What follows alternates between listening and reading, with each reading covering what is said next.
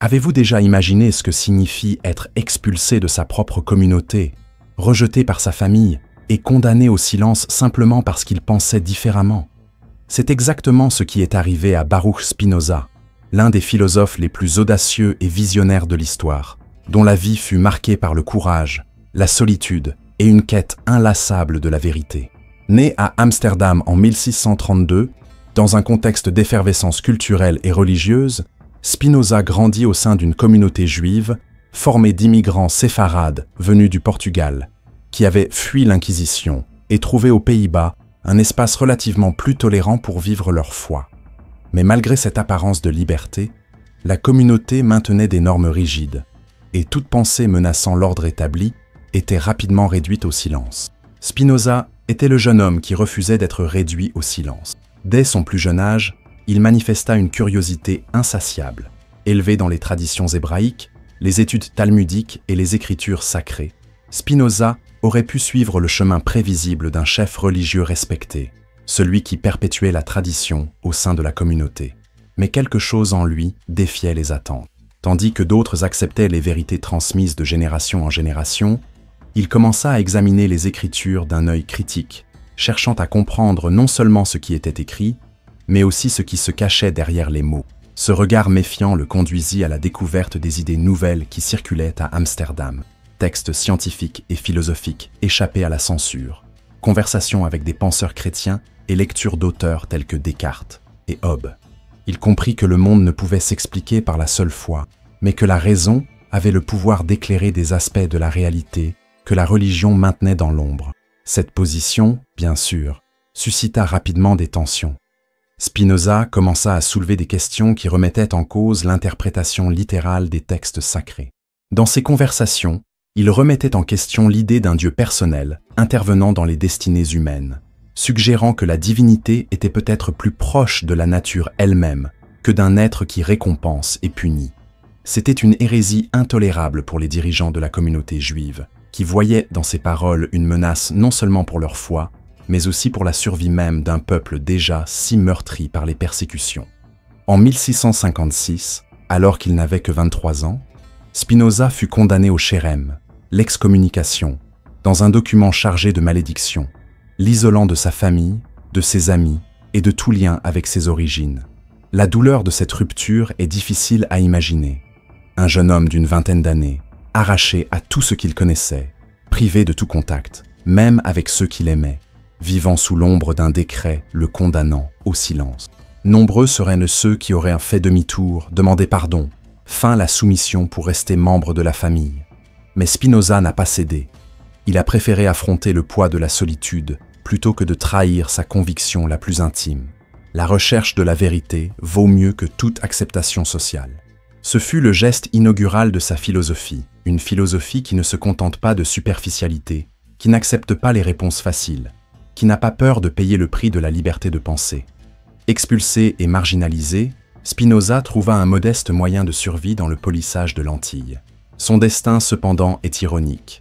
Tout en façonnant le verre pour fabriquer des lentilles de télescope et de microscope, instruments qui élargirent la vision humaine de l'univers et de la vie microscopique, il polit également sa propre lentille intérieure, affinant des concepts et clarifiant des idées qui enrichissent encore notre compréhension du monde aujourd'hui. Son artisanat nourrissait son corps, mais son esprit était plongé dans des réflexions d'une rare profondeur.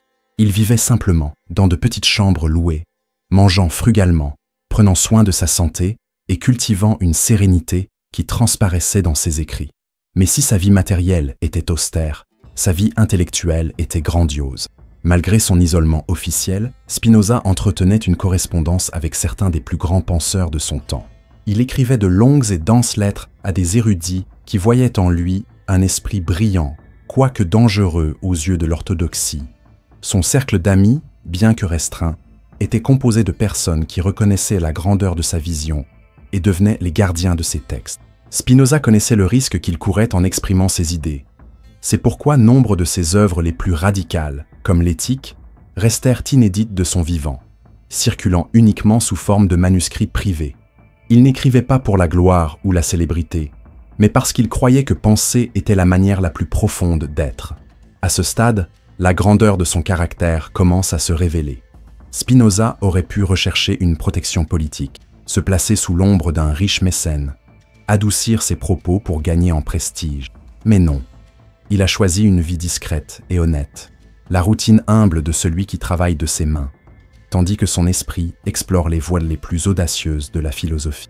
L'homme rejeté pour avoir osé penser est devenu, précisément grâce à cette audace, l'un des penseurs les plus influents de tous les temps. Et lorsque l'on examine cette trajectoire initiale, on comprend que l'histoire de Spinoza ne concerne pas seulement un philosophe, mais un être humain qui a décidé de ne pas négocier sa liberté intérieure. C'est à ce moment que sa vie commence à se mêler à sa philosophie, car son expérience personnelle de rupture, d'isolement et de recherche de la vérité est devenue le fondement d'une pensée défendant la raison comme instrument de libération. L'excommunication n'était pas seulement un épisode biographique, mais le premier grand acte de cohérence entre vie et pensée. Un geste qui résonnerait dans chaque ligne de son œuvre. Après son excommunication, Spinoza portait non seulement le rejet de sa communauté, mais aussi la marque de celui qui osait remettre en question les fondements de la religion, à une époque où une telle audace risquait de lui coûter la vie. Amsterdam offrait un certain degré de liberté, mais c'était aussi une ville profondément marquée par les tensions entre différents groupes religieux, et la frontière entre tolérance et haine était ténue. Dans cet environnement instable, vivre en tant que penseur indépendant exigeait non seulement du courage, mais aussi une prudence stratégique.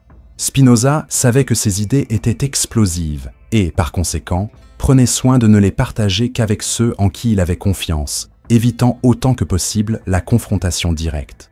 Cette attitude, cependant, ne doit pas être confondue avec la peur ou la lâcheté. Au contraire, elle était l'expression d'une sagesse pratique. Il comprenait que la pensée n'a pas besoin de crier pour être profonde, et que la véritable influence ne réside pas dans le scandale immédiat, mais dans la permanence silencieuse des idées qui germent progressivement au cœur du temps. Sa vie était si simple qu'elle paraissait banale à nombre de ses contemporains. Il vivait dans de petites chambres louées dans divers villages hollandais, s'habillait modestement, ne possédait pas de biens importants et ne s'offrait aucun luxe. Il mangeait frugalement, prenait soin de sa santé avec discipline et partageait l'essentiel de son temps entre travaux manuels et réflexions philosophiques. Il y avait dans sa routine une touche de sérénité quasi monacale, comme s'il avait découvert un mode de vie sans excès ni distraction. Pourtant, derrière cette simplicité se cachait un esprit prêt à formuler l'une des conceptions de la réalité les plus audacieuses de l'histoire de la pensée. Sa vie matérielle semblait modeste, mais sa vie intérieure était immense. Son travail de rémouleur de lentilles, outre qu'il lui permettait de gagner sa vie, avait également une profonde valeur symbolique.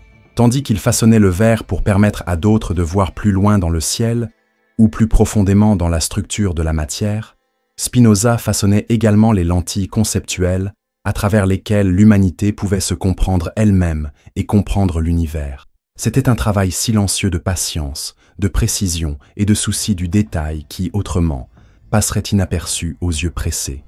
Et c'était aussi le reflet de sa propre philosophie. De même que la vision humaine exige des lentilles propres pour éviter la tromperie, la raison doit être polie pour percer les voiles des passions, des illusions et des superstitions. Chaque lentille qui quittait ses mains semblait porter, symboliquement, une invitation à la clarté. Ce lien entre sa vie pratique et sa pensée rend la trajectoire de Spinoza d'autant plus fascinante. Contrairement à de nombreux philosophes qui vivaient sous le patronage de mécènes ou dans la sécurité des institutions universitaires, Spinoza a vécu de près le poids de la marginalisation. Sa philosophie n'est pas le fruit d'un exercice abstrait d'érudition, mais le résultat d'une vie qui a nécessité de se réinventer face au rejet et à la solitude. Il savait ce que signifiait être accusé d'hérésie, ressentir les affres de l'isolement, vivre sans soutien institutionnel. Cette expérience l'a rendu encore plus convaincu que la véritable liberté ne dépend pas des circonstances extérieures, mais de la clarté intérieure. En même temps, on ne peut imaginer Spinoza amer ou plein de ressentiment. Tout indique qu'il affrontait sa situation avec une sérénité qui surprenait même ses amis. L'un de ses biographes raconte que, même confronté à des défis, Spinoza restait calme et cédait rarement aux débordements émotionnels. Sa présence transmettait une tranquillité qui reflétait exactement ce que sa philosophie allait plus tard prôner. La liberté naît lorsque la raison gouverne les affections, lorsque l'homme cesse d'être esclave de passions incontrôlées et commence à agir conformément à sa compréhension de la réalité. Il n'a pas seulement écrit sur ce sujet, il a vécu selon ce principe. Le cercle d'amis de Spinoza fut crucial pour la préservation et la diffusion de son œuvre. Des hommes comme Henry Oldenburg, secrétaire de la Royal Society de Londres, reconnurent la profondeur de sa pensée et entretinrent avec lui une correspondance intense. Dans ses lettres, Spinoza abordait des thèmes scientifiques, religieux et politiques, avec une clarté impressionnante. D'autres amis plus proches devinrent les gardiens de ses manuscrits, conscients qu'après sa mort, le monde aurait besoin de connaître ses idées. C'est grâce à ce petit groupe de personnes fidèles que nous avons aujourd'hui accès à l'éthique et à d'autres écrits fondamentaux.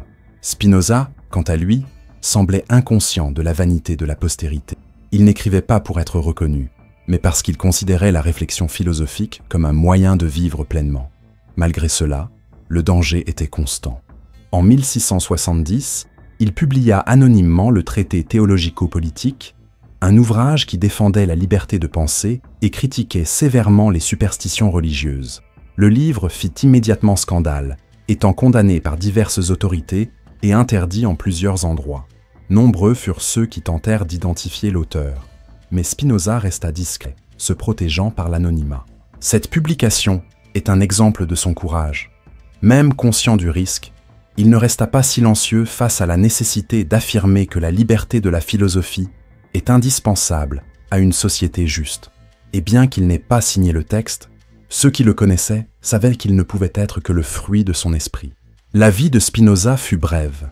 Il mourut en 1677, à l'âge de 44 ans, probablement des suites de problèmes respiratoires aggravés par le travail de la poudre de verre lors du polissage des lentilles.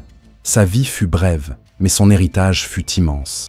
Dans sa chambre modeste, les manuscrits de l'éthique furent retrouvés, soigneusement rangés, prêts à être publiés. Ses amis prirent sur eux de les rendre publics, tout en sachant qu'ils seraient persécutés. Grâce à eux, l'œuvre de Spinoza a traversé les siècles et est restée jusqu'à nous comme un monument de la pensée humaine. Quand on pense à sa vie, on ne peut la dissocier de sa philosophie. Son excommunication, sa marginalisation, sa simplicité, sa sérénité face à l'adversité, tout cela se reflète dans ses concepts, dans sa défense de la raison, dans sa vision selon laquelle Dieu et la nature sont une seule et même réalité, dans sa conviction que la véritable liberté naît de la compréhension. Spinoza n'est pas un philosophe de salon, éloigné de la réalité. C'est quelqu'un qui a transformé sa propre existence en témoignage vivant de ce qu'il défendait. Sa vie a prouvé qu'il est possible de vivre selon la raison, même dans un monde marqué par l'intolérance et la persécution. Et c'est peut-être ce qui rend son histoire si inspirante. Encore aujourd'hui, Spinoza n'avait ni la protection des institutions, ni la richesse, ni la gloire. Il n'avait que la force de sa pensée et le courage de ne pas se trahir. Il a osé penser différemment. Il a osé payer le prix de la liberté intérieure. Il a osé transformer sa vie en philosophie. Et ce faisant, il nous a laissé à tous la possibilité de regarder l'existence avec un regard neuf, de comprendre que même lorsque tout autour de nous semble hostile, nous pouvons choisir la clarté de la raison plutôt que les ténèbres de la superstition. Ainsi, revisiter la vie de Spinoza ne nous permet pas seulement de découvrir la biographie d'un philosophe. Nous découvrons un exemple radical de cohérence entre pensée et action. L'histoire de quelqu'un qui a vécu de près la tension entre appartenance et liberté et qui a choisi la liberté sans hésitation. Et ce point, ce geste inaugural de rupture, servira de base à la compréhension de tout ce qui suivra, sa conception de Dieu, sa vision de l'esprit et du corps, ses réflexions sur les passions humaines et son projet de bonheur fondé sur la raison. Car, chez Spinoza, vie et philosophie ne sont pas séparées. Elles s'entremêlent, s'entrecroisent et se renforcent mutuellement, comme les deux faces indissociables d'une même pièce. Quand on pense à la liberté, on l'imagine souvent comme l'absence de limites, la possibilité de faire ce que l'on veut sans aucune restriction. C'est la conception courante, presque instinctive, qui surgit lorsqu'on parle de liberté. Mais pour Spinoza, cette vision n'était qu'une dangereuse illusion.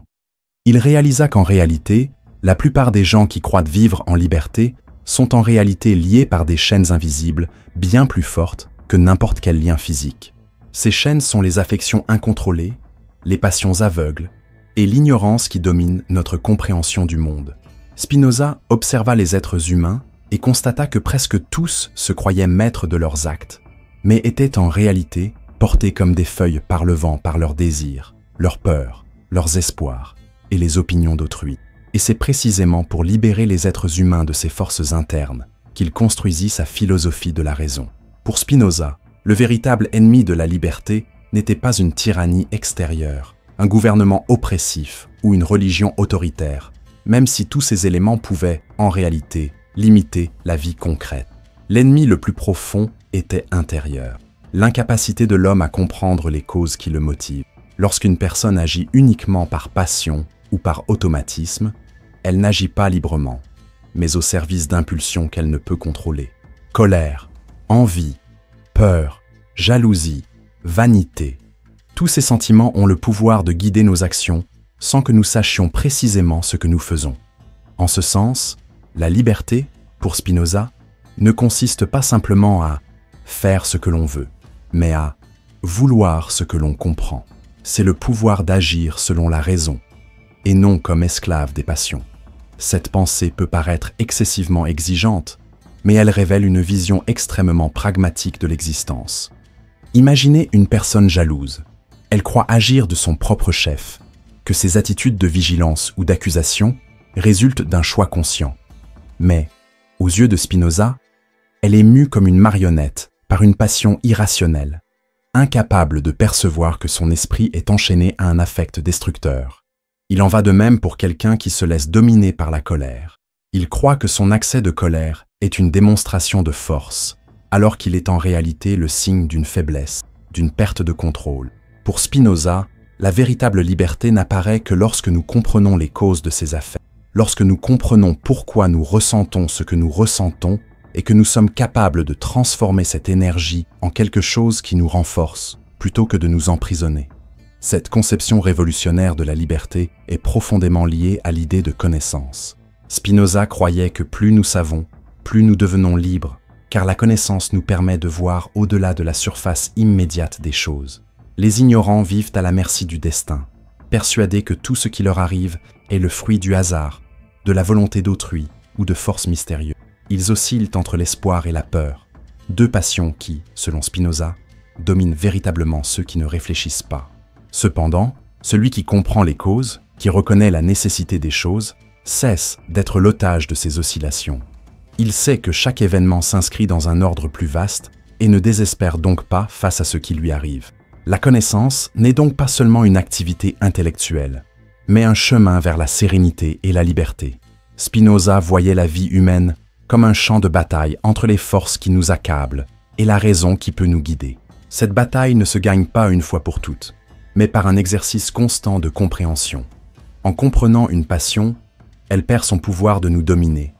En comprenant une cause, elle cesse d'apparaître comme une coïncidence menaçante. Ainsi, chaque pas vers la clarté est un pas vers la liberté. Il ne s'agit pas d'annuler les passions, mais de les transformer. La peur peut se transformer en prudence lucide. La colère peut être redirigée vers la quête de justice. Le désir peut devenir énergie créatrice. La raison ne détruit pas les affections, mais les organise, les guide, et en fait des alliés de la vie plutôt que des ennemis. Un exemple simple illustre cela. Imaginez une personne qui subit un revers professionnel et perd son emploi. Submergée par l'ignorance, elle sera submergée par le désespoir, par le sentiment que sa vie est finie, que le monde est contre elle. Elle agira par peur ou par colère, prenant des décisions hâtives qui risquent d'aggraver sa situation. Mais si cette même personne a développé une perspective plus rationnelle et compréhensive, elle saura que l'événement, aussi douloureux soit-il, s'inscrit dans un réseau de causes qu'elle ne peut totalement maîtriser. Elle comprendra que sa réaction est aussi importante que l'événement lui-même, et elle pourra transformer la perte en opportunité d'un nouveau départ. Dans ce cas, la raison n'efface pas la douleur, mais l'illumine, ouvrant des voies là où auparavant il n'y avait que ténèbres. C'est en ce sens que la philosophie de Spinoza peut être considérée comme une véritable pédagogie de la liberté. Il croyait que l'homme n'est en état de servitude, entraîné par ses émotions et les circonstances, mais qu'il peut, par l'effort, suivre la voie de la raison et atteindre un degré d'autonomie toujours plus grand. Ce chemin n'est ni facile ni rapide, mais c'est le seul chemin sûr vers une vie épanouie. La liberté n'est donc pas un don, ni quelque chose que l'on reçoit simplement de l'extérieur, mais une réalisation intérieure qui repose sur un exercice constant de la pensée. Un autre point essentiel est que, pour Spinoza, comprendre ne signifie pas simplement accumuler des informations, mais percevoir l'ordre nécessaire qui régit l'univers. Tout ce qui existe se manifeste selon des lois et des causes inévitables. Et la liberté naît précisément lorsque nous acceptons cette nécessité plutôt que d'y résister. Ceux qui désirent un monde différent vivent dans une frustration constante, comme quelqu'un luttant contre les vagues de la mer, essayant de les empêcher de se déplacer. Cependant, ceux qui comprennent que les vagues obéissent à une nécessité naturelle ne s'épuisent pas en résistance vaine. Au contraire, ils apprennent à naviguer avec elles, à trouver le rythme de la réalité et à agir en conséquence.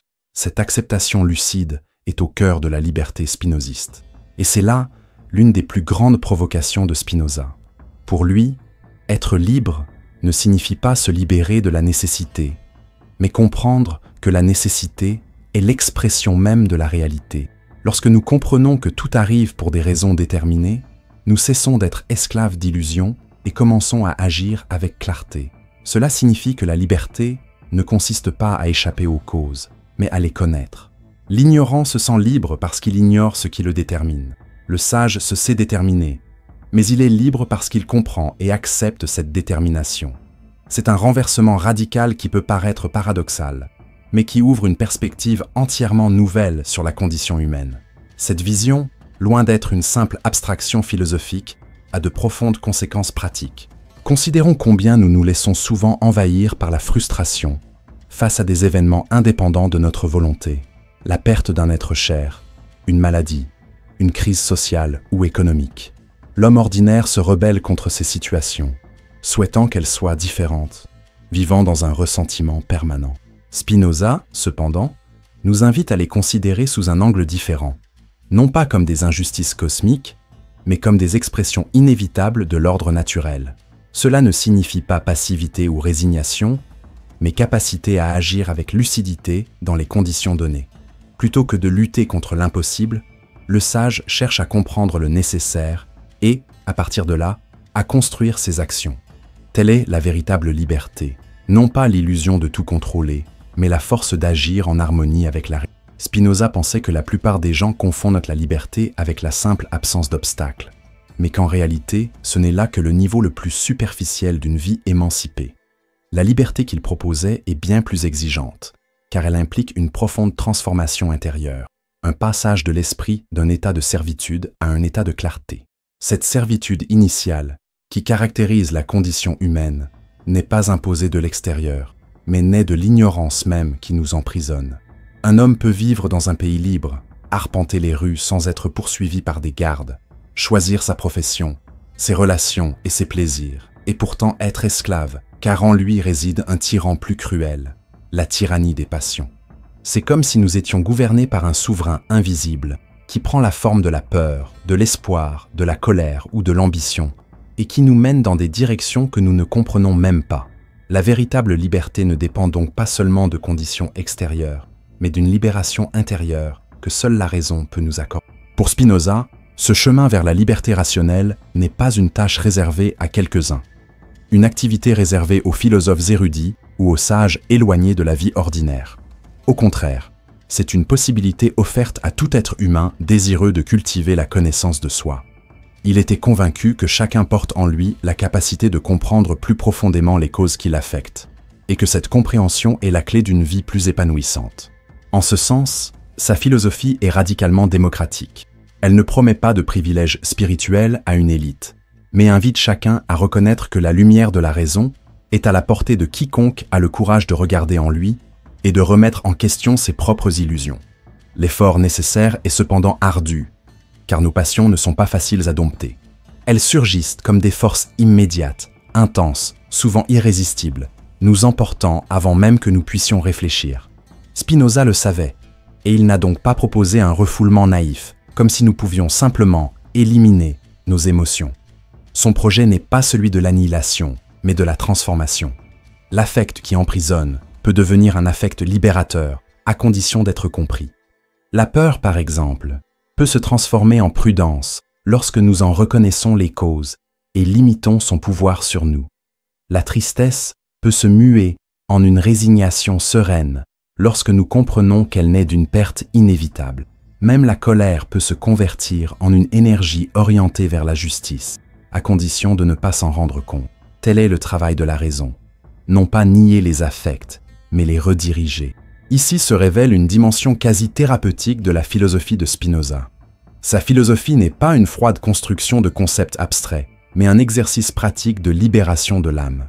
C'est comme s'il proposait une méthode de guérison, où le mal est l'ignorance et le remède la connaissance. Cette connaissance, cependant, n'est pas seulement intellectuelle, ni une accumulation de théories, mais une connaissance qui transforme nos sentiments, nos réactions, notre positionnement dans la vie. C'est une connaissance génératrice de paix, une connaissance qui ne se résume pas aux mots, mais s'incarne dans les actes. Par conséquent, pour Spinoza, la raison n'est pas un luxe de pensée, mais une nécessité vitale. Mais comment parvenir à cette raison libératrice? Spinoza pensait que le processus commence par la prise de conscience de notre propre condition. Nous devons reconnaître que nous sommes, en grande partie, mus par des forces que nous ne comprenons pas. Ce premier pas est déjà un geste de liberté. Admettre que nous ne sommes pas maîtres de nous-mêmes ouvre la possibilité de commencer à le devenir. Ensuite, un effort constant d'analyse est requis, d'observation de nos passions, de recherche des causes qui les engendrent. Il ne s'agit pas de nier ou de réprimer, mais d'éclairer. Chaque fois que nous comprenons l'origine d'un sentiment, il perd un peu de sa tyrannie. C'est comme si, en nommant ce qui nous affecte, nous gagnions un espace d'autonomie sur lui. Ce processus est sans fin, car nous ne serons jamais complètement libérés de nos passions. Mais plus nous avançons, plus nous nous rapprochons d'une vie empreinte de clarté et de sérénité. Un point important est que, pour Spinoza, la raison n'est pas l'ennemi de la joie, mais sa meilleure alliée. On pense souvent que vivre selon la raison revient à vivre froidement, sans enthousiasme, comme si la lucidité exigeait le sacrifice de la vitalité. Spinoza rompt avec cette vision. Il croyait que la raison est précisément ce qui nous permet d'éprouver les joies les plus profondes, car elle nous éloigne des souffrances inutiles, des frustrations constantes et des illusions qui nous brisent. La joie née de la raison n'est ni euphorique ni passagère, mais solide et durable. C'est une joie qui ne dépend pas de circonstances extérieures instables, mais qui s'ancre dans la clarté de la compréhension de notre place dans l'ordre de l'univers. Cette joie rationnelle est, pour lui, le signe le plus évident de la liberté. Prenons un exemple quotidien pour comprendre la puissance de cette pensée. Imaginez quelqu'un qui aspire intensément à la reconnaissance professionnelle et qui place tout son bonheur dans une promotion. Il peut même atteindre son objectif, mais tant qu'il croira que sa joie dépend de quelque chose d'extérieur et d'instable, il vivra toujours dans la vulnérabilité. Tout échec sera dévastateur, toute perte sera une catastrophe. En revanche, celui qui comprend que sa valeur ne dépend pas de l'approbation des autres, mais de la clarté de sa raison, connaîtra une forme de contentement inébranlable face aux aléas du monde. C'est la différence entre vivre esclave de ses passions et vivre en homme libre. Cette liberté intérieure proposée par Spinoza n'est cependant pas un état d'isolement égoïste. Au contraire, la raison nous montre que nous faisons partie d'un réseau plus vaste, que nous sommes l'expression d'une même réalité, d'une même nature. Agir selon la raison signifie donc aussi rechercher des relations harmonieuses avec autrui, cultiver la bienveillance, la coopération et la justice. Une personne guidée par la raison ne se replie pas sur elle-même, mais reconnaît que sa liberté se renforce lorsqu'elle est en harmonie avec celle d'autrui. La raison ne nous sépare pas du monde, mais nous y intègre de manière plus lucide et plus généreuse. L'éthique spinoziste rencontre alors une dimension profondément politique. La liberté individuelle est liée à la construction d'une société respectueuse de la liberté de pensée et d'action de chacun. Il est fascinant de constater à quel point cette pensée, formulée au XVIIe siècle, continue de nous interpeller aujourd'hui. Nous vivons à une époque où le mot « liberté » est utilisé de manière exagérée, souvent réduit à des slogans creux, associés à la consommation, aux choix superficiels ou aux rébellions à court terme. Spinoza nous invite à aller plus loin, à comprendre que la véritable liberté ne consiste pas à faire ce que je veux, mais à comprendre pourquoi je veux ce que je veux, à ne pas être esclave de désirs qui me détruisent, à agir avec une clarté qui me renforce et me rapproche de la joie. Il nous appelle à nous méfier de la liberté illusoire et à rechercher la vraie liberté, plus exigeante mais infiniment plus précieuse. Au final, nous réalisons que la philosophie de Spinoza nous offre une vision profondément mature de la vie. Elle nous montre que nous ne sommes pas des marionnettes totalement impuissantes, mais que nous ne sommes pas non plus les maîtres absolus de notre destin. Nous sommes dans une position intermédiaire, déterminée par une multitude de causes, mais capables de comprendre cette détermination et, à partir d'elle, de trouver un espace d'autonomie. Cette autonomie n'est pas absolue, mais elle nous suffit pour vivre avec dignité, sérénité et joie. Elle nous suffit pour nous dire véritablement libres. Ainsi, la quête de la liberté par la raison, telle que proposée par Spinoza, n'est pas une voie d'évasion, mais une plongée plus profonde en elle. Cela signifie accepter que la vie se déroule selon des lois que nous ne pouvons contrôler, mais que nous pouvons comprendre. Cela signifie reconnaître que nos affections peuvent nous emprisonner, mais aussi se transformer en force qui nous développe. Cela signifie, avant tout, découvrir que la liberté n'est pas un don extérieur, mais une conquête intérieure qui exige courage, patience et dévouement à l'exercice de la pensée. C'est cette liberté que Spinoza a vécue et défendue, et qui nous pousse encore aujourd'hui à nous interroger. Suis-je vraiment libre, ou suis-je encore esclave des passions qui m'accablent? Et c'est précisément à partir de cette question que nous pouvons progresser vers la compréhension du cœur de sa philosophie. Car si la liberté n'est possible que par l'exercice de la raison, il nous faut maintenant comprendre la structure de cette réalité que la raison éclaire, la nature de ce Dieu que Spinoza décrit comme identique à la nature elle-même. Et c'est cette étape, ce grand tournant dans sa philosophie, qui nous conduit directement au point suivant, sa vision radicale de Dieu ou de la nature comme substance unique et infinie. Que penseriez-vous si quelqu'un disait que Dieu n'est pas un être séparé du monde, assis sur un trône céleste, gouvernant selon sa propre volonté, récompensant les uns et punissant les autres, mais que Dieu est la réalité elle-même, la nature elle-même dans son intégralité? Cette idée, qui peut aujourd'hui paraître familière à certains, voire proche de certaines conceptions spirituelles modernes, a provoqué un véritable tremblement de terre au XVIIe siècle. Et celui qui a osé la proclamer avec tant de clarté était Baruch Spinoza.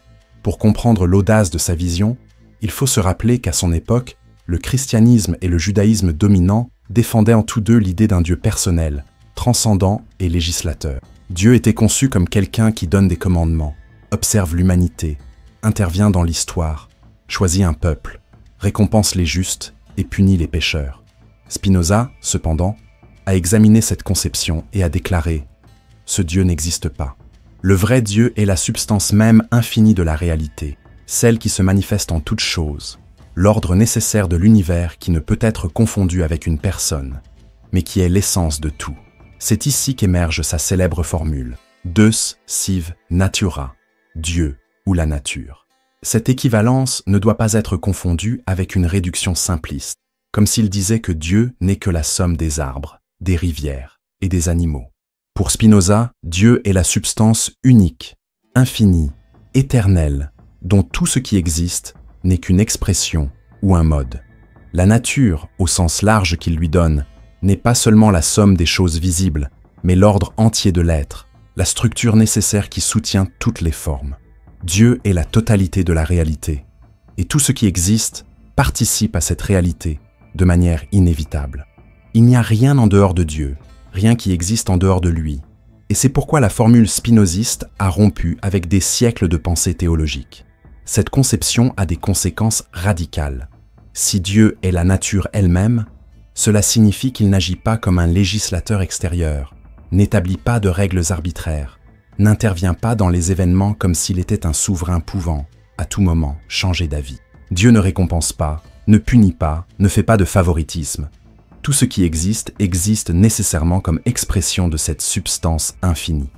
La tempête qui détruit une récolte, la maladie qui frappe un corps, la joie que nous ressentons lors d'une réunion, la découverte scientifique qui illumine une époque, tout cela est une manifestation de Dieu, car tout est une manifestation de la nature. Il n'y a pas de miracle, au sens d'exception aux lois naturelles, car rien ne peut être hors de l'ordre de la réalité. Un miracle, pour Spinoza, n'est que le nom que nous donnons à ce que nous ne comprenons pas encore. Et si Dieu n'est pas une personne qui choisit, qui aime ou qui se met en colère, alors la relation avec Dieu n'est pas celle de sujets soumis à un maître, mais celle de la compréhension de la réalité. Aimer Dieu, chez Spinoza, ce n'est pas obéir à des commandements arbitraires, mais connaître l'ordre nécessaire de la nature et s'en réjouir. Cet amour, qu'il appelle « amour intellectuel de Dieu », est la forme suprême de liberté et de bonheur. Ce n'est pas une émotion irrationnelle, mais un sentiment né de la compréhension, de la contemplation que tout participe à la même réalité infinie. Lorsque nous comprenons cela, nous ressentons une joie sereine, car nous réalisons que nous ne sommes pas séparés, que nous faisons partie de quelque chose de plus grand, d'éternel et de nécessaire. Il est important de noter que cette vision de Dieu comme nature ne rend pas l'existence moins sacrée, mais la rend au contraire absolument sacrée dans ses moindres détails. Si tout est expression de Dieu, alors chaque chose, chaque être, chaque événement possède sa propre dignité, car il porte en lui l'essence d'une substance infinie. Le lever du soleil, la formation d'une pierre, la floraison d'une plante, la pensée humaine, le mouvement d'une planète. Tous ces phénomènes sont des manifestations de la même réalité divine. Il n'existe aucun espace vide de Dieu, aucun lieu profane, car la totalité de l'être, ce caractère sacré universel rompt avec la séparation traditionnelle entre le sacré et le profane, entre le divin et le profane, et inaugure une forme de spiritualité qui ne dépend pas de temples, de rituels ou de dogmes, mais se trouve dans la contemplation rationnelle de la réalité elle-même. Mais cette vision est aussi inconfortable, car elle brise nombre d'illusions auxquelles nous sommes habitués. Si Dieu ne punit ni ne récompense, nous ne pouvons espérer que la justice vienne d'une intervention surnaturelle. Si Dieu n'intervient pas, c'est à nous d'assumer la responsabilité de nos actes et de leurs conséquences. S'il n'y a pas de miracle, alors il n'existe pas de raccourci qui suspende les lois de la réalité. Nous devons comprendre et respecter ces lois pour vivre en harmonie. Cette absence d'un Dieu paternaliste peut effrayer ceux qui ont l'habitude de chercher du réconfort dans des explications surnaturelles, mais elle est aussi profondément libératrice, car elle nous redonne la responsabilité et la dignité de vivre selon la clarté de la raison. Cette conception transforme également notre vision de la mort. Si tout fait partie de Dieu, si tout est expression de la nature, alors la mort n'est pas un anéantissement absolu, mais simplement une transformation de forme. Le corps se dissout, l'esprit individuel disparaît, mais la substance infinie demeure, et nous en avons toujours été l'expression. La mort n'est ni une injustice, ni une punition, mais simplement la limite naturelle d'une forme finie au sein d'une réalité infinie. Cette acceptation de la nécessité de la mort nous libère de la peur paralysante et nous invite à vivre plus intensément et sereinement. La formule Deus sive natura nous offre également une clé puissante pour comprendre la connaissance scientifique.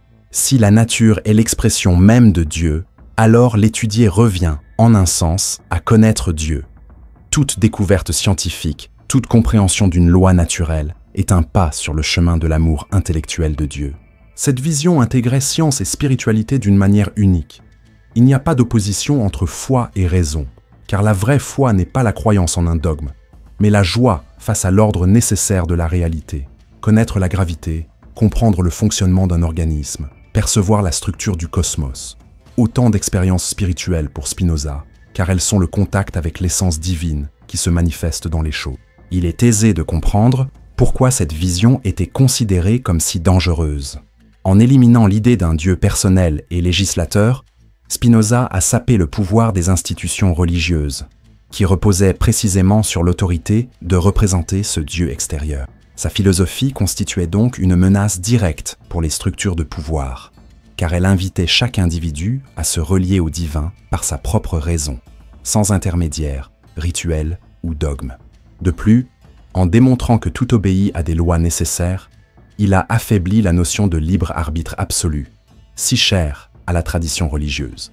Pour Spinoza, la liberté n'est pas la capacité d'agir contre l'ordre de la nature, mais la capacité de le comprendre et d'agir en accord avec lui. Cette redéfinition a ébranlé les fondements de la morale traditionnelle, car elle a démontré que le bien et le mal ne sont pas des commandements arbitraires d'un Dieu extérieur, mais l'expression de notre capacité à accroître ou à réduire notre potentiel de vie. Et pourtant, loin d'être une pensée destructrice de la spiritualité, La philosophie spinoziste propose une spiritualité plus vaste, plus profonde et plus sereine. En dissolvant l'image d'un Dieu partial, qui aime les uns et hait les autres, qui se fâche, qui change d'avis, Spinoza nous invite à contempler une réalité divine absolue, éternelle, infinie et nécessaire. Ce Dieu ne peut être manipulé par des prières ou des rituels, ne peut être acheté par des sacrifices, ne peut être trompé par des mots. Ce Dieu est la réalité même, et ne peut être connu que par l'effort de la raison et contemplé par l'amour intellectuel. Au lieu de nous infantiliser par des promesses et des menaces, cette vision nous fait mûrir, car elle nous pousse à vivre de manière responsable, à chercher la compréhension, à trouver la source de notre joie dans l'ordre du monde. Ainsi, lorsque Spinoza affirme que Dieu est nature, il ne réduit pas le divin, mais le maximise. Il nous dit que rien n'existe en dehors de Dieu, que tout ce qui existe est divin par essence, que le sacré est omniprésent. Cette vision peut nous effrayer en raison de l'absence d'un Dieu protecteur et personnel, mais elle peut aussi nous apporter sérénité lorsque nous réalisons que nous faisons partie de quelque chose de plus grand, d'éternel et d'infini. Et c'est avec cette vision radicale que nous parvenons à un point clé de sa philosophie. Si Dieu est la substance unique et infinie, et si tout ce qui existe est une expression de cette substance, alors ce que nous appelons esprit et corps, pensée et étendue, ne sont pas des substances distinctes, mais des modes d'une même réalité. C'est le pont qui nous mène directement à l'étape suivante de sa philosophie, le dépassement de la dualité cartésienne et l'affirmation que l'esprit et le corps sont les deux faces d'une même pièce, inséparables, comme expressions différentes d'un même ordre de nature. Depuis les origines de la philosophie, les penseurs se sont interrogés sur la relation entre l'esprit et le corps, entre ce que nous pensons et ce que nous ressentons physiquement, entre le monde des idées et celui de la matière. Cette question a traversé l'Antiquité, s'est poursuivie tout au long du Moyen Âge et s'est intensifiée au XVIIe siècle avec René Descartes, le philosophe qui a profondément influencé la modernité en proposant une séparation nette entre la substance pensante, l'esprit, et la substance étendue, le corps.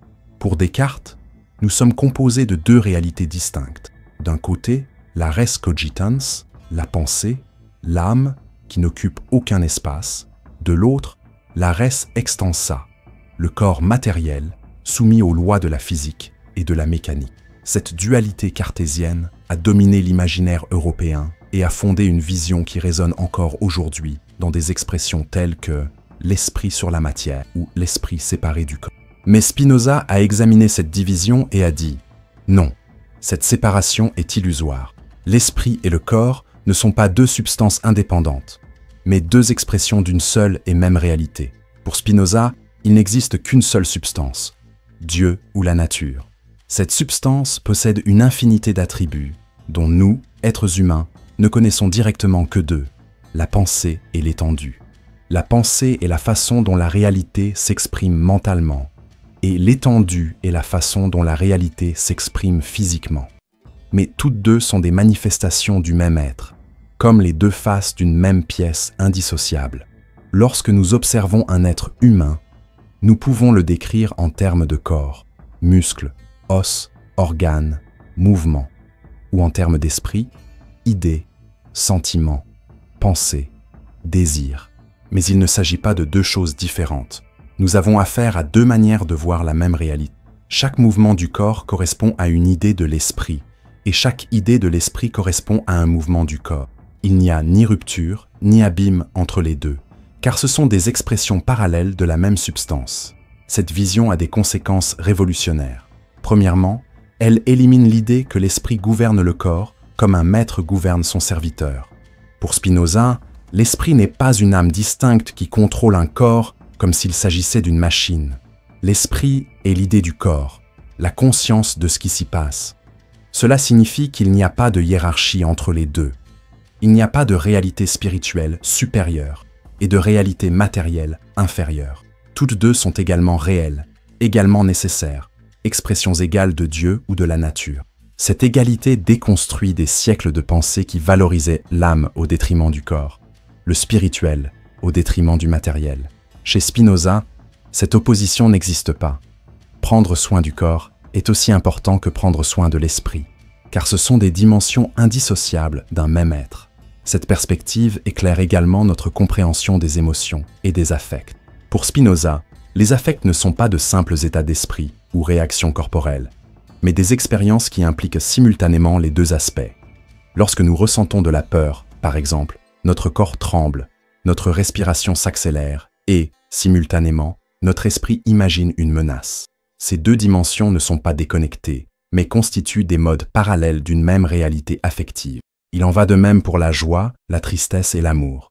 Ils sont vécus à la fois dans le corps et dans l'esprit, car il n'existe aucune ligne de démarcation entre eux. Cette unité nous aide à comprendre pourquoi il est impossible de séparer complètement le psychologique du physique, le spirituel du corporel. Chaque aspect résonne avec l'autre car, en réalité, ils sont des expressions indissociables de la même réalité. Cette compréhension place Spinoza très en avance sur son temps et, d'une certaine manière, proche de découvertes qui ne seraient confirmées que des siècles plus tard par les neurosciences et la psychosomatique.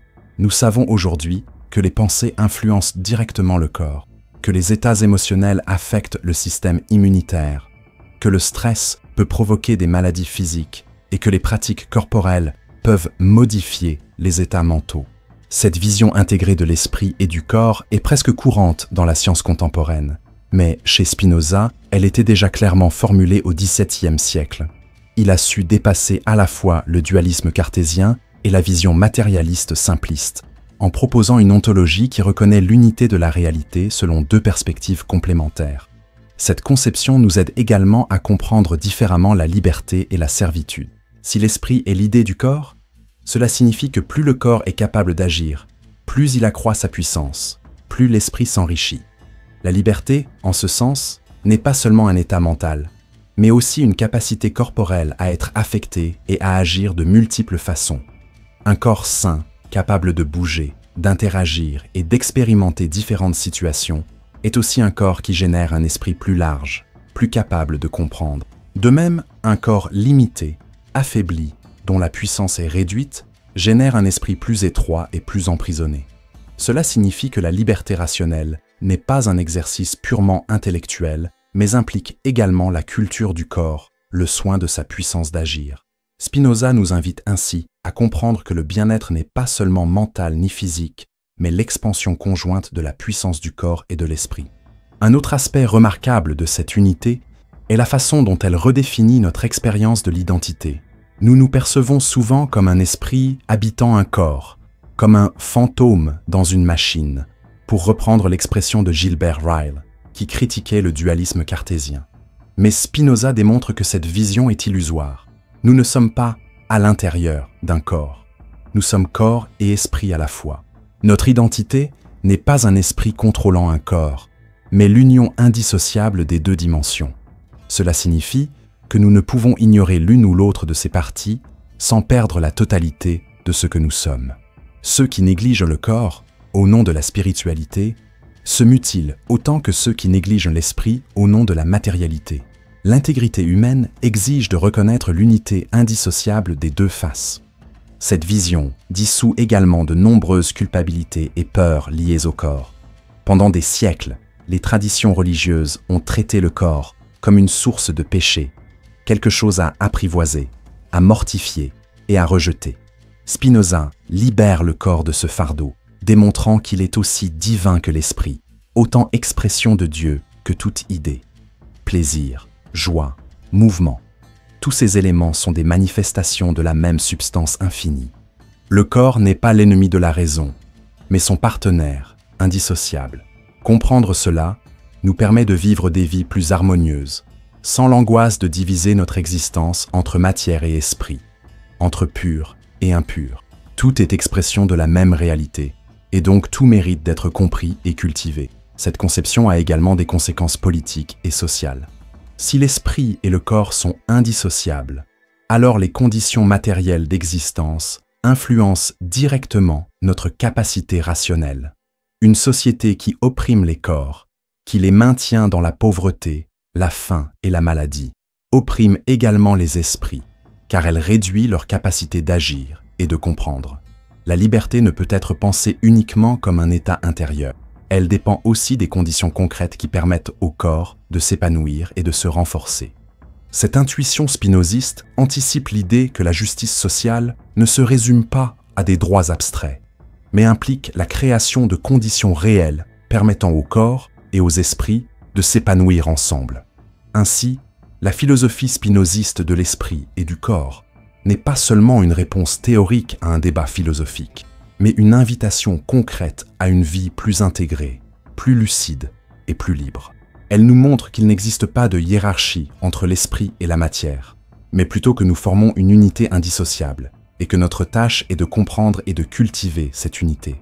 Elle nous enseigne que nous ne sommes pas des âmes emprisonnées dans des corps, ni des corps dépourvus d'âme, mais des modes d'une substance infinie unique qui s'exprime simultanément comme pensée et comme étendue. Cette vision, une fois pleinement assimilée, peut transformer notre mode de vie. Nous pouvons apprendre à valoriser à la fois la clarté d'esprit et la santé du corps, sachant que l'une ne peut exister sans l'autre. Nous pouvons apprendre à gérer nos émotions avec plus de sagesse, en reconnaissant qu'elles sont l'expression de cette unité et qu'elles ne perdent leur pouvoir destructeur que lorsqu'elles sont comprises. Surtout, nous pouvons apprendre à nous accepter comme un tout, sans divisions artificielles, sans culpabilité inutile, sans illusion de séparation. Nous sommes à la fois corps et esprit, et cette unité est l'expression vivante de Dieu ou de la nature. Et en comprenant cette unité, nous franchissons une étape fondamentale vers la compréhension de l'aspect suivant de la philosophie de Spinoza, son analyse des passions humaines. Car si nous sommes inséparables, corps et esprit, alors nos affects ne sont pas de simples troubles psychologiques ou réactions physiques, mais des expériences totales qui révèlent notre pouvoir d'exister. C'est à ce stade que la philosophie spinoziste se plonge dans l'étude approfondie des affects, montrant comment nous pouvons transformer la servitude des passions en liberté et comment nous pouvons convertir nos fragilités en source de force et de joie. Avez-vous déjà réfléchi au nombre de fois dans votre vie où vous avez pris des décisions non pas par pure volonté, mais parce que vous étiez submergé par une émotion si intense qu'elle ne vous laissait pas le choix? Combien de fois la colère vous a-t-elle poussé à prononcer des mots involontaires? La peur vous a-t-elle empêché d'agir quand il le fallait? L'espoir vous a-t-il trompé avec des promesses jamais tenues? C'est précisément sur ce terrain instable des passions humaines que Spinoza explore, montrant que si nous n'apprenons pas à gérer nos affections, nous en serons éternellement esclaves. Pour lui, l'homme ordinaire vit en état de servitude, croyant agir de son plein gré, alors qu'en réalité, il est mu par des forces intérieures qu'il ne comprend pas. La philosophie, en ce sens, n'est pas un luxe intellectuel, mais une nécessité vitale. Elle est la clé pour transformer cette servitude en liberté, et cette transformation commence par une compréhension profonde des passions. Spinoza appelle passion tout affect qui nous arrive de l'extérieur, lorsque nous sommes affectés par quelque chose qui échappe à notre contrôle et réagissons sans en avoir pleinement conscience des causes sous-jacentes. La passion est un état de passivité. Nous sommes passifs parce que nous sommes à la merci de quelque chose d'extérieur qui nous émeut. Par conséquent, lorsqu'il parle de passion, il ne se réfère pas seulement à des émotions intenses comme l'amour ou la haine, mais à tout sentiment qui nous domine sans que nous en connaissions clairement l'origine. Lorsque nous ressentons de la peur face au danger, nous sommes dominés par une passion. Lorsque nous ressentons de l'envie envers quelqu'un, nous sommes animés par une passion. Lorsque nous sommes remplis d'espoir face à une promesse incertaine, nous sommes animés par une passion. Dans cet état, nous ne sommes pas libres, car nous ne sommes pas maîtres de nous-mêmes, mais asservis à des forces qui nous dépassent.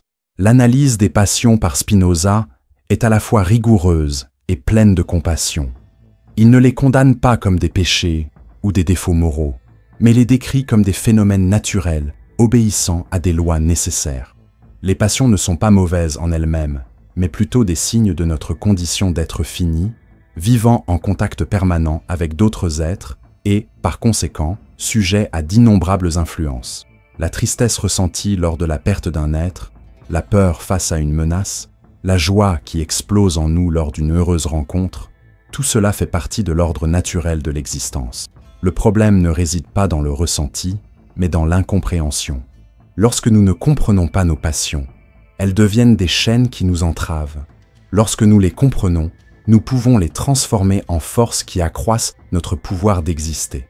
Pour Spinoza, les affects se divisent en deux grands groupes, ceux qui diminuent notre pouvoir d'agir et ceux qui l'augmentent. La tristesse, la peur, l'envie et la colère, lorsqu'elles ne sont pas comprises, diminuent notre énergie vitale, nous affaiblissent et nous réduisent à ce que nous pourrions être. La joie, l'amour et la gratitude, lorsqu'ils naissent d'une compréhension claire, augmentent notre pouvoir, nous épanouissent et nous rapprochent de ce qu'il appelle la béatitude, la pleine joie de vivre, en accord avec la raison. Mais même les affects négatifs peuvent être transformés lorsqu'ils sont compris. La colère, par exemple, peut devenir une motivation pour lutter pour la justice, si elle est éclairée par la raison. La peur peut se transformer en prudence et en circonspection lorsqu'on en comprend les causes. Même la tristesse peut être repensée comme une opportunité de réflexion et de maturité. Ce processus de transformation est le chemin qui mène de la servitude à la liberté. Il est intéressant de noter que Spinoza anticipe, d'une certaine manière, nombre des intuitions de la psychologie moderne. Lorsqu'il insiste sur la nécessité de connaître nos passions pour ne pas en être esclaves, il nous inculque ce que nous appelons aujourd'hui la connaissance de soi. Lorsqu'il affirme que comprendre une passion l'affaiblit, il anticipe l'idée que nommer les émotions, analyser leurs causes, nous libère déjà partiellement de leur emprise. Cet exercice de clarté est pour lui un acte profondément philosophique et en même temps profondément humain. Il ne s'agit pas d'annihiler les émotions, chose impossible, voire indésirable, mais de créer une relation plus lucide avec elles. Prenons l'exemple d'une personne qui ressent une intense jalousie envers son partenaire. Elle croit que cette jalousie est une preuve d'amour, qu'il est naturel d'observer, de se méfier, d'exiger et d'être exigeant. Mais en réalité, la jalousie est une passion qui diminue son pouvoir, la rendant esclave de ses insécurités et de ses peurs. Cette personne agit guidée par des fantasmes intérieurs qu'elle ne comprend pas, et sa relation devient un champ de souffrance. Si elle s'efforce de comprendre l'origine de cette jalousie, peut-être l'insécurité, la comparaison avec les autres ou la peur de la perte, elle commence à l'affaiblir. Et en comprenant que le véritable amour est un accroissement de pouvoir, une joie partagée, elle peut transformer cette affection destructrice en quelque chose de plus positif, comme l'attention, la sollicitude et la confiance. C'est le processus décrit par Spinoza, le chemin qui mène de l'asservissement des passions à la libération par la raison. Mais Spinoza n'est pas naïf au point de croire que ce processus soit simple ou absolu. Il sait qu'en tant qu'être fini, nous ne serons jamais complètement libérés des passions. Nous serons toujours affectés par ce qui nous arrive. Il y aura toujours des moments où nous serons submergés par des émotions qui échappent à notre contrôle. La liberté totale, au sens d'autonomie absolue, est impossible. Mais cela ne signifie pas que nous soyons condamnés à un esclavage éternel. Il existe un juste milieu, une possibilité de liberté relative, qui se construit à mesure que nous comprenons mieux les causes de nos affects et apprenons à les transformer. La liberté, en ce sens, n'est pas un état final, mais un processus, une pratique constante d'éveil et de transformation. Et c'est ici que se révèle la beauté de la philosophie spinoziste. Elle ne nous promet pas une perfection inaccessible, mais nous offre plutôt une voie concrète vers une vie meilleure. Chaque fois que nous comprenons un affect, nous devenons un peu plus libres. Chaque fois que nous transformons une passion en action rationnelle, nous augmentons notre pouvoir d'exister. Chaque fois que nous acceptons la nécessité de la réalité au lieu de la combattre, nous atteignons une plus grande sérénité. Cette progression ne nous mène peut-être pas à la liberté absolue, mais elle nous conduit à une vie toujours plus épanouissante, plus lucide et plus heureuse. Spinoza décrit cet état de libération croissante comme un passage de la servitude à l'activité. Tant que nous sommes dominés par les passions, nous sommes passifs. Nous réagissons automatiquement, ballottés par les circonstances. Mais lorsque nous comprenons, nous commençons à agir, nous devenons actifs, nous nous approprions notre propre pouvoir. Ce passage de la passivité à l'activité est, pour lui, le véritable sens de la liberté. Et cette activité rationnelle engendre une joie profonde, une joie qui ne dépend pas des circonstances extérieures, mais de la clarté intérieure. C'est cette joie que Spinoza appelle la béatitude, la forme suprême du bonheur. Cette analyse des passions humaines nous apprend également à regarder les autres avec plus de compassion. Si nous comprenons que les gens sont largement mus par des passions qu'ils ne comprennent pas, nous pouvons considérer leurs erreurs et leurs faiblesses non pas comme des péchés impardonnables, mais comme l'expression de leur condition humaine. Nous pouvons apprendre à ne pas haïr ceux qui nous font du mal, car nous comprenons qu'ils agissent sous l'emprise de passions destructrices qui les asservissent. Nous pouvons apprendre à ne pas nous rebeller contre les erreurs des autres, car nous reconnaissons qu'ils sont, comme nous, encore en voie de libération. Cette compréhension engendre une forme de tolérance et de bienveillance qui n'est pas de la naïveté, mais de la lucidité. Elle nous invite à agir avec plus de justice, car nous comprenons que nous sommes tous soumis aux mêmes chaînes et que nous avons tous besoin du même effort pour nous libérer. Ainsi, l'étude des passions par Spinoza n'est pas seulement une théorie psychologique, mais une voie éthique. Il nous montre que pour bien vivre, nous devons apprendre à comprendre et à transformer nos affections. Il nous enseigne que le véritable bonheur ne réside pas dans l'attente de miracles, ni dans la fuite des émotions, mais dans leur compréhension et leur intégration rationnelle. Il nous met au défi d'abandonner l'illusion d'un libre arbitre absolu et d'embrasser la possibilité d'une véritable liberté, construite pas à pas, chaque fois que nous éclairons l'obscurité des passions par la lumière de la raison. Et c'est à ce stade que sa philosophie franchit une nouvelle étape. Car si la liberté naît de la connaissance des passions et de leur transformation, elle se réalise pleinement dans un mode de vie éthique, où la joie rationnelle devient le principe qui guide nos choix. La liberté n'est pas seulement intérieure, mais se traduit par un mode de vie respectueux de l'ordre de la nature et recherchant l'harmonie entre les êtres humains. Et c'est précisément ce qui nous conduit à l'étape suivante de la philosophie spinoziste, sa conception de l'éthique et du bonheur comme une vie en accord avec la nature de la réalité. Tous les êtres humains, sans exception, recherchent le bonheur. Dans chacun de nos choix, dans chaque chemin que nous suivons, il y a toujours ce désir silencieux de vivre pleinement, de connaître la joie, de sentir que notre existence vaut la peine. Mais la question qui traverse les siècles est: où se trouve le véritable bonheur? Certains le recherchent dans l'accumulation de richesses, persuadés que plus ils possèdent, plus ils seront heureux. D'autres placent leur bonheur dans la reconnaissance sociale, espérant qu'applaudissements et honneurs combleront leur vide intérieur. Il y a aussi ceux qui le recherchent dans les plaisirs immédiats, dans des instants de satisfaction fugaces qui s'estompent rapidement. Cependant, si chacune de ces voies offre des moments de joie, elle s'avère fragile, instable, incapable de soutenir une vie entière. Spinoza a clairement perçu cette fragilité et a consacré sa philosophie à démontrer que le bonheur ne peut dépendre de ce qui est extérieur et fugace, mais doit naître d'une compréhension profonde de la réalité et de notre place en son sein. Son chef-d'œuvre, l'Éthique, ne porte pas ce nom par hasard.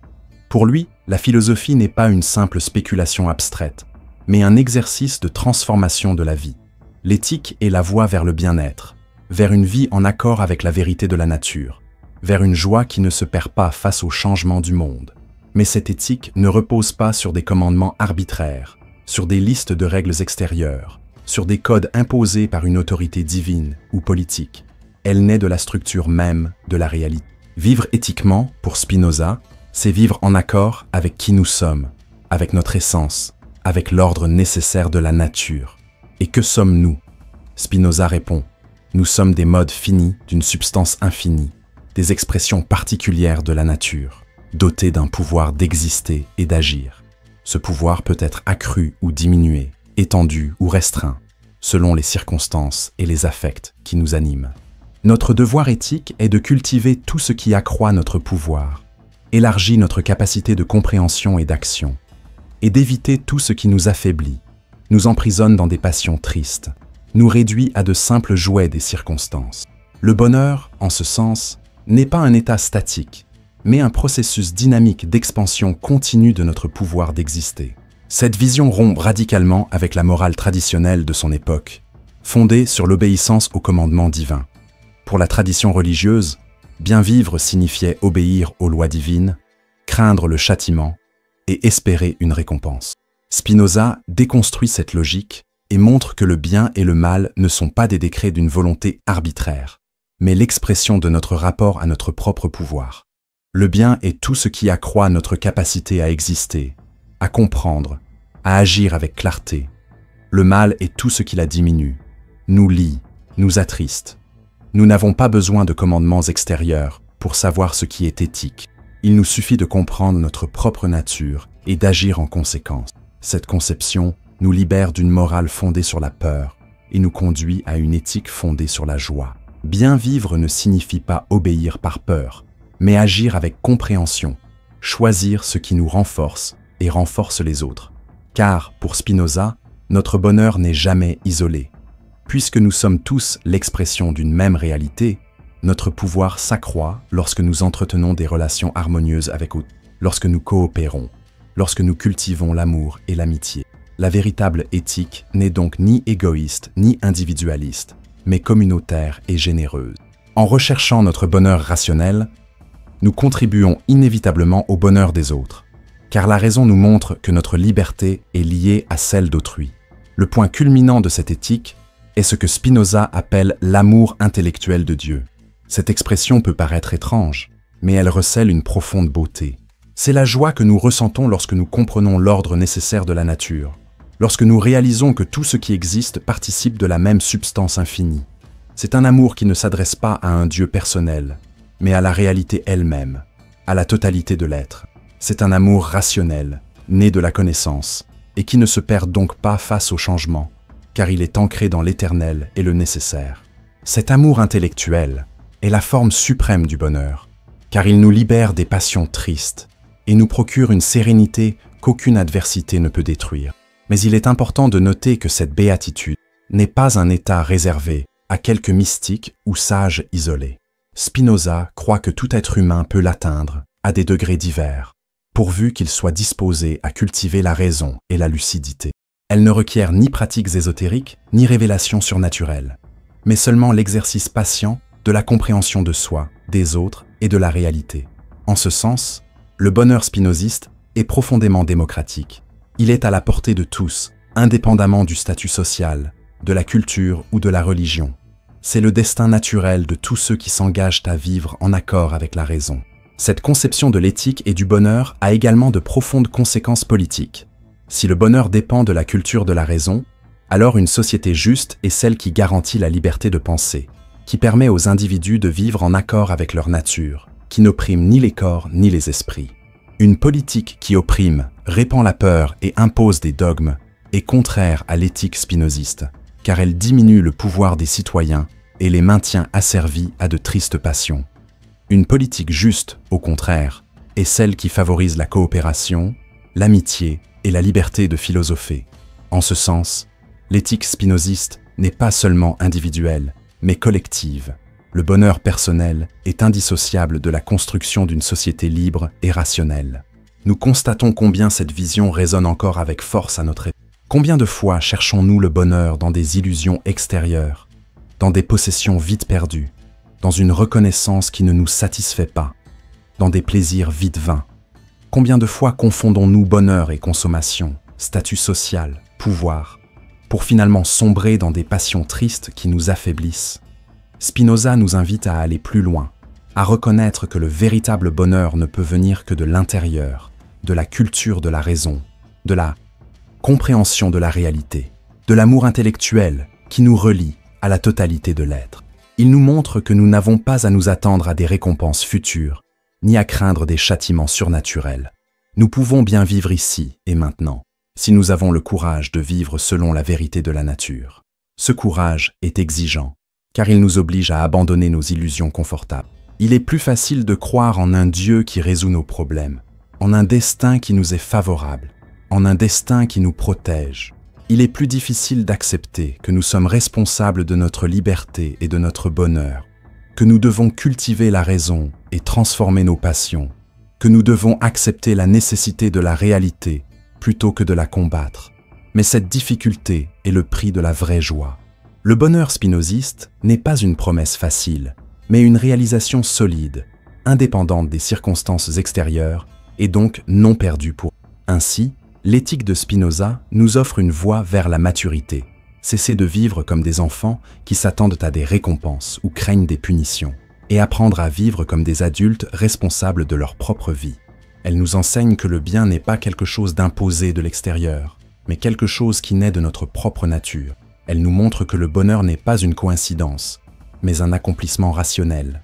Elle nous invite, en définitive, à vivre en accord avec la réalité, plutôt que de lutter contre elle, et à trouver dans cette conformité une joie sereine et durable. Et c'est précisément cette vision qui rend Spinoza si pertinent aujourd'hui. Dans un monde marqué par la quête effrénée de plaisirs éphémères, la consommation sans limite et l'anxiété constante, sa philosophie apparaît comme un phare de lucidité, nous rappelant que le bonheur ne réside pas dans ce que nous possédons, mais dans ce que nous comprenons, non dans ce que les autres pensent, mais dans la clarté d'une vie en accord avec notre essence. Son éthique est une invitation à ralentir, à se tourner vers l'intérieur, à cultiver la raison, à construire des relations d'amitié et de coopération, à vivre non selon des illusions, mais selon la nature de la réalité. Et c'est précisément parce que son éthique est si profonde et si concrète qu'elle continue d'inspirer penseurs, scientifiques, artistes et chercheurs de sens aujourd'hui encore. C'est pourquoi, dans un deuxième temps, nous devons nous demander, si Spinoza a vécu il y a près de 4 siècles, pourquoi le lisons-nous encore? Le citons-nous encore? Nous inspirons-nous encore de sa vision? Quel est, après tout, l'héritage de Spinoza pour notre époque? Pourquoi, après tout, parle-t-on encore de Spinoza après presque 4 siècles? Pourquoi ces idées, écrites dans l'Europe du XVIIe siècle, au milieu de persécutions religieuses et de débats qui semblent si éloignés du monde numérique et globalisé dans lequel nous vivons, continuent-elles de résonner si fortement? La réponse réside peut-être dans le fait que Spinoza a écrit non seulement pour son époque, mais pour la condition humaine en son cœur. Il n'a pas abordé des modes intellectuels passagères, mais les questions les plus profondes qui traversent chaque siècle. Qu'est-ce que la liberté? Qu'est-ce que le bonheur? Comment vivre en paix dans un monde en proie à des conflits? Quel est notre rapport au divin? Ces thèmes sont intemporels, car ce sont des questions que chaque génération doit affronter à nouveau. Et Spinoza nous offre des réponses qui continuent d'éclairer notre présent avec une clarté étonnante. Nous vivons à une époque marquée par l'accélération, l'anxiété, l'avalanche d'informations et la surexcitation. Nous sommes constamment entraînés par des désirs fabriqués par la publicité, par des peurs alimentées par les réseaux sociaux, par des comparaisons qui minent notre estime de soi. La promesse du bonheur nous est vendue sous forme de produits, de voyages, de j'aime, d'apparence. Mais au fond, beaucoup continuent de se sentir vides, insatisfaits, esclaves de sentiments qu'ils ne peuvent contrôler. Lire Spinoza, c'est presque recevoir un diagnostic précoce de notre condition. Nous sommes mus par des passions tristes, nous croyant libres, alors qu'en réalité, nous sommes les marionnettes de force que nous ne comprenons pas. Sa philosophie nous appelle à nous réveiller de cette illusion, à comprendre que la liberté ne réside pas dans la consommation, le pouvoir ou la reconnaissance, mais dans la compréhension de soi et l'action raisonnée. C'est un message d'une actualité presque douloureuse, car il révèle tout ce que nous avons encore à apprendre de lui. Un autre aspect qui rend Spinoza pertinent aujourd'hui est sa vision de Dieu comme nature. À une époque où tant de personnes abandonnent les religions traditionnelles tout en ressentant le besoin de spiritualité, sa conception apparaît comme une alternative puissante. Il nous montre que le divin ne doit pas être pensé comme un être personnel, distant et législateur, mais peut être compris comme la réalité même, comme l'ordre infini et nécessaire manifesté en toute chose. Cette vision résonne avec les sensibilités contemporaines en quête d'une spiritualité sans dogme, d'un lien avec l'univers qui ne dépendent pas de croyances arbitraires. En même temps, elle s'harmonise avec la science car elle n'oppose pas foi et raison, mais les intègre en une vision unique. Étudier la nature, c'est connaître Dieu. Comprendre les lois de l'univers, c'est participer à son essence.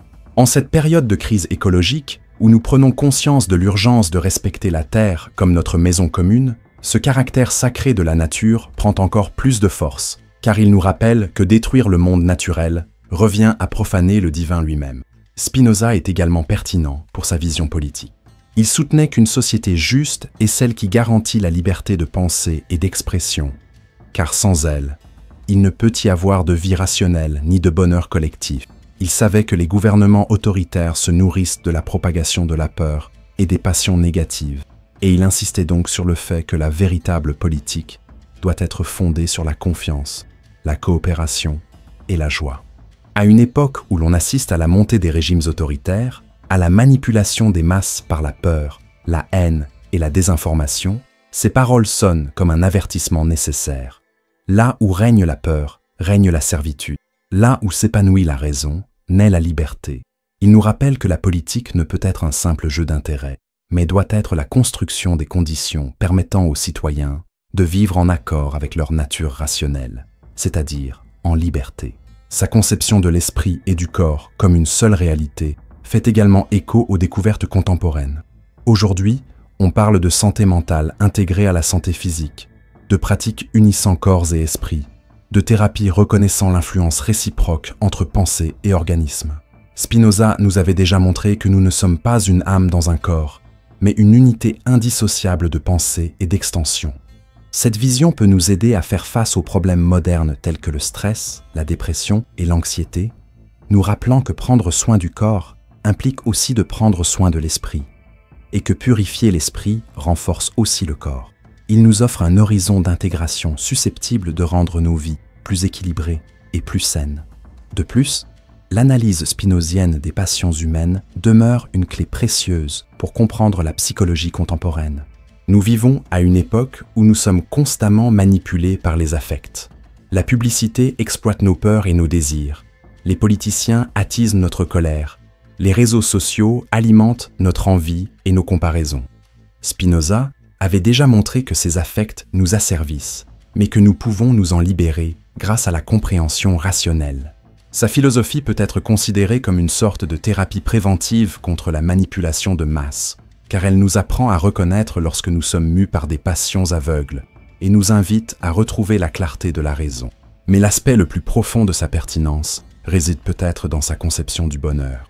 Dans un monde qui recherche des raccourcis faciles vers la joie, pilules magiques, promesses faciles, distractions incessantes, Spinoza nous rappelle que le véritable bonheur n'est ni une coïncidence, ni un don extérieur, mais une réalisation rationnelle, fruit de l'effort pour comprendre la réalité et vivre en conséquence. Il nous met au défi d'abandonner nos illusions confortables et d'embrasser la sérénité que procure la connaissance. Ce bonheur n'est peut-être pas aussi euphorique que les promesses du consumérisme, mais il est bien plus solide et durable, car il dépend non pas de ce qui change, mais de ce qui demeure. L'héritage de Spinoza est donc multiple. Il nous offre une spiritualité sans superstition, une politique sans tyrannie, une éthique sans peur, une psychologie sans culpabilité, une philosophie qui ne se contente pas d'expliquer, mais qui transforme la vie. Il nous invite à regarder en nous-mêmes, à connaître nos passions, à affiner notre raison, à cultiver la joie, à vivre en paix avec l'ordre de la nature. Il nous montre que la liberté est possible, non pas comme l'illusion d'un contrôle absolu, mais comme la sérénité d'agir selon la clarté de la compréhension. Et c'est peut-être pour cette raison que, malgré son excommunication, sa persécution et son isolement, Spinoza brille toujours plus au fil des siècles. Son œuvre, ignorée ou condamnée en son temps, est devenue l'une des plus influentes de l'histoire de la philosophie. Elle a inspiré des penseurs tels que Goethe, Hegel, Nietzsche, Freud et Einstein. Elle a inspiré des artistes, des scientifiques, des hommes politiques et des chercheurs de sens. Et elle continue d'inspirer chacun de nous, car elle nous offre non seulement des concepts, mais un chemin vers la vie. Arrivé jusqu'ici, après avoir exploré sa vie, sa conception de la liberté, sa vision de Dieu et de la nature, son unité du corps et de l'esprit, son analyse des passions, son éthique et le bonheur, et maintenant son héritage, nous comprenons que Spinoza n'est pas seulement un philosophe du passé. Il est un compagnon de route dans le présent, quelqu'un qui nous parle encore d'une voix claire, sereine et courageuse, nous rappelant que la véritable liberté réside dans la compréhension et que le véritable bonheur réside dans une vie en accord avec la réalité. Et peut-être la question qui demeure, en fin de compte, n'est-elle pas « Pourquoi Spinoza est-il toujours d'actualité ?» mais « Comment pouvons-nous être plus pertinents pour Spinoza ?» Comment intégrer sa philosophie dans nos choix quotidiens, nos relations, notre façon de vivre et de coexister? Car l'héritage de Spinoza n'est pas seulement une collection de livres à lire, mais un mode de vie à vivre. Une vie où la raison guide les émotions, où la joie remplace la peur, où la liberté naît de la connaissance, où le bonheur s'enracine dans la réalité elle-même.